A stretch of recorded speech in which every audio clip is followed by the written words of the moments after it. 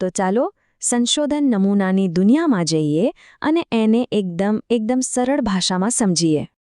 કોઈ પણ રિસર્ચની શરૂઆત છે ને એ એક બહુ મોટા મૂળભૂત પડકારથી થાય છે. જરા વિચારો તો કે જો કોઈને આખા દેશનો મૂળ જાણવો હોય તો શું કરાય? શું એક માણસને જઈને પૂછવું શક્ય છે? ના ભાઈ, બિલકુલ નહીં. તો પછી રસ્તો શું છે? બસ આ જે સવાલ છે જેનો જવાબ આજે આપણે શોધવાના છીએ. અને જુઓ, હકીકત તો એ જ છે કે આપણી પાસે કોઈ અમર્યાદિત સમય, પૈસા કે પછી માણસોની ફોજ નથી હોતી. આ બધી મર્યાદાઓને લીધે આખા ગ્રુપનો અભ્યાસ કરવો એ લગભગ અશક્ય જેવું જ છે. તો પછી સંશોધકો આ અશક્ય લાગતા કામને પાર કેવી રીતે પાડે છે?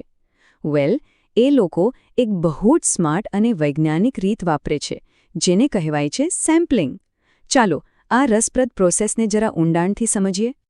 હવે સેમ્પલિંગને બરાબર સમજવા માટે આપણે સૌથી મોટા કોન્સેપ્ટથી શરૂઆત કરવી પડશે, જેને રિસર્ચની ભાષામાં સમષ્ટિ અથવા તો યુનિવર્સ કહેવાય છે. સમષ્ટિ એટલે શું? એટલે તમારા રિસર્ચ ટોપિકને લગતું બધું જ, લિટરલી બધું જ. જો એના વિશે વિચારી પણ શકાતું હોય ને તો સમજી લેવાનું છે કે એ સમષ્ટિનો ભાગ છે. યાદ રાખવા માટે ખાલી એક જ શબ્દ: બધું જ. દાખલા તરીકે, ગુજરાત રાજ્યની એક પ્રાથમિક શાળા એ એક સમષ્ટિ છે. અથવા ચાલો એક મજેદાર ઉદાહરણ લઈએ, સૂપનું. દુનિયામાં સૂપ બનાવવા માટે જે પણ કંઈ વાપરી શકાય, દરેક નાની મોટી વસ્તુ, એ પણ એક સમષ્ટિ જ કહેવાય. ઓકે, તો હવે આ વિશાળ સમષ્ટિમાંથી આપણે આપણું ધ્યાન થોડું ફોકસ કરીશું અને એક સ્ટેપ નીચે ઉતરીશું, વ્યાપ વિશ્વ પર. વ્યાપ વિશ્વ એટલે સમષ્ટિનો એક ખાસ હિસ્સો, જેના પર સંશોધક ખરેખર પોતાનું કામ કેન્દ્રિત કરવા માંગે છે. એમ કહી શકાય કે આ એમનો ટાર્ગેટ ગ્રુપ છે.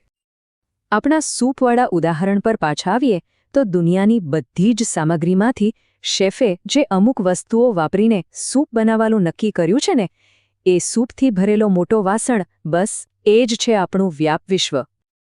અહીંયા જુઓ, આ તફાવત કેટલો ક્લિયર અને ઇન્ટરેસ્ટિંગ છે.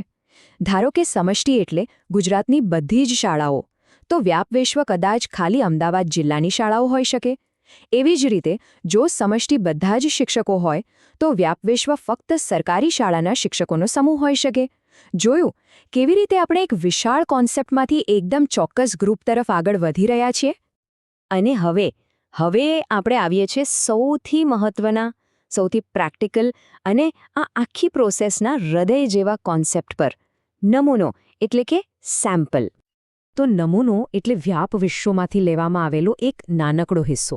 પણ અહીંયા એક શબ્દ સૌથી વધારે મહત્વનો છે, અને એ છે પ્રતિનિધિત્વ. આનો સીધો મતલબ એ છે કે એ નાનો હિસ્સો એવો હોવો જોઈએ જે આખા મોટા ગ્રુપની સાચી અને સચોટ તસવીર બતાવતો હોય. આ વાતને બહુ જ સુંદર રીતે કહેવામાં આવી છે કે નમૂનો એ સમગ્ર વ્યાપ વિશ્વનું લઘુચિત્ર પ્રતિબિંબ છે. બસ આ એક વાક્ય આખા કોન્સેપ્ટનો સાર છે. નમૂનો એટલે આખા સમૂહનો એક નાનકડો પણ પરફેક્ટ અરીસો. અને આ રહ્યું આપણા સૂપના ઉદાહરણનું પરફેક્ટ કનેક્શન. શેફ સૂપ કેવો બન્યો છે જાણવા માટે આખો વાસણ તો નથી પી જતો, બરાબર ને? એ શું કરે? ફક્ત એક ચમચી ચાખે છે, અને બસ એ એક ચમચી જ આપણો નમૂનો છે. ચાલો એક ઉદાહરણથી સમજીએ. માની લો કે આપણું વ્યાપ વિશ્વ એટલે કે જે લોકો પર આપણે અભ્યાસ કરવો છે એ છે 1000 વિદ્યાર્થીઓ.